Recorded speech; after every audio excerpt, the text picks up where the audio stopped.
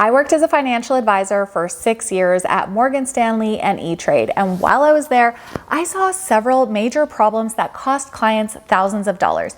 In today's video, I'm going to share 3 of those things so that you can be aware of what's going on behind the scenes to ensure that you're never taken advantage of or left in the dark again. And in the end, I'll tell you what you can do about this so that you're positioned better for saving yourself money and increasing your returns over time. The first major problem is the relationship between financial advisors and money managers. And when I say money managers, I'm talking about mutual fund managers, and this is places like BlackRock, Prudential, American funds, and any of those funds that you see within your portfolio. They probably have sales representatives that go out to all the major brokerage firms and have conversations with financial advisors, convincing them to use their funds in their clients' portfolios. Now, how this happens is typically through lunch and learns. So the money managers will come into the investment firms and host a lunch and invite all the financial advisors into the office to come have lunch. During that lunch, they'll explain the mutual funds that they're currently pitching and try to convince the financial advisors to use those funds in their client portfolios. They also will host events for the financial advisor. So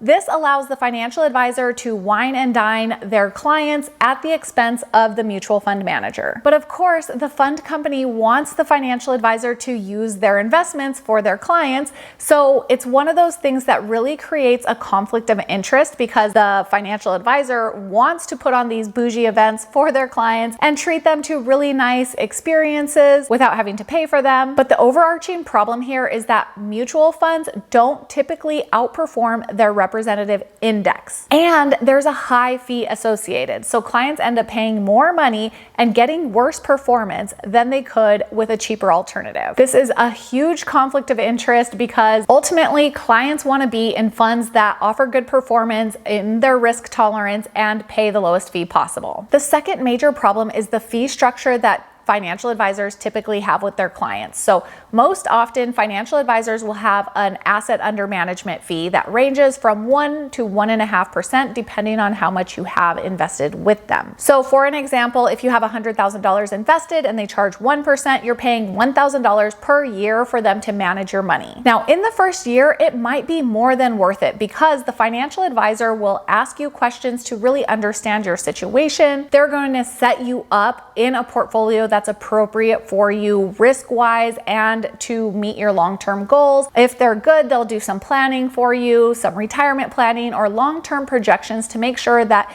you're saving enough and you're on track to reach those long-term goals. The issue becomes after that first year, financial advisors really don't have very much work to do to maintain that relationship with you, but they still charge you that same annual fee year after year. So if you're paying $1,000 per year, over 10 years, that's $10,000, and you can see how this can compound over time, especially as your portfolio grows and that fee becomes larger and larger. So the majority of the work is done in the first year, but you continue to pay year after year. I think this is a huge problem because it's just taking away from what could be yours long-term. The third major problem is the compensation structure of financial advisors. Many of them are completely reliant on commissions. That's the money that they get from you paying them. Some of them do have a base that's decent, but often that base fades over time and is completely replaced by commission. Along with that is that firms have different goals that they require the financial advisors to meet to receive the payout that their clients pay them. And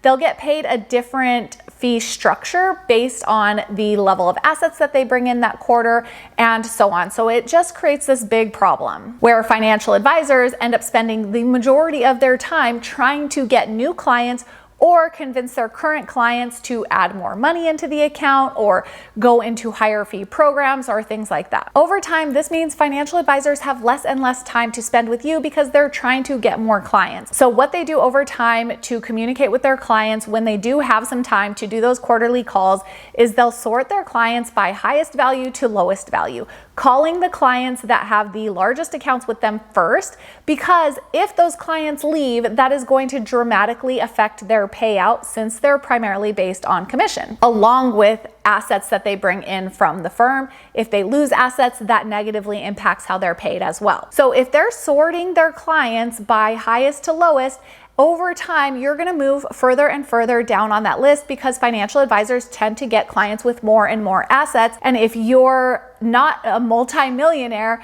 you're gonna fall lower and lower on that list, eventually probably not even getting a call from your advisor at all, but you're still paying that annual fee. Now with this fee, your portfolio is managed in a way that you get rebalanced and you stay in your risk tolerance. But there is technology to do this at a practically free rate. SoFi has this for free. Robo digital advisors are all an low-cost alternative to this that does the same exact thing that a financial advisor does.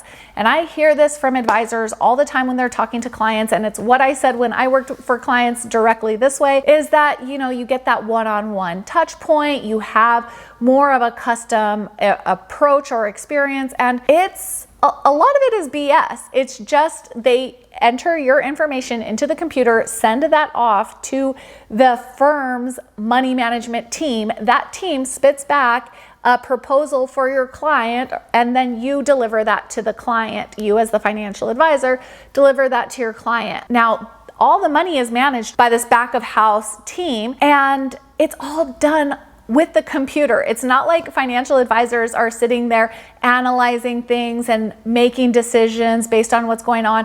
No, that is not happening. They take all of their clients and put them in the different types of portfolios based on your risk, and you stay in that over time. Technology has changed so much, and this is what created a huge problem for me when I was working at these firms, because when robo and digital advisors came into play, it was really hard for me to convince clients to go this higher fee way, because I knew that yes, they're going to get the value up front, but it's not likely that they're going to continue to get the value year after year for 20 plus years to come, just because of the other things that I mentioned earlier in this video. Now, all of this being said, there are really great financial advisors out there that are doing right by their clients, so I'm not hating on all advisors. This is just for those people, for those of you that feel unsure of if you're getting the right service from your advisor, or if you're being ignored by your advisor, that's a huge red flag that like maybe you should be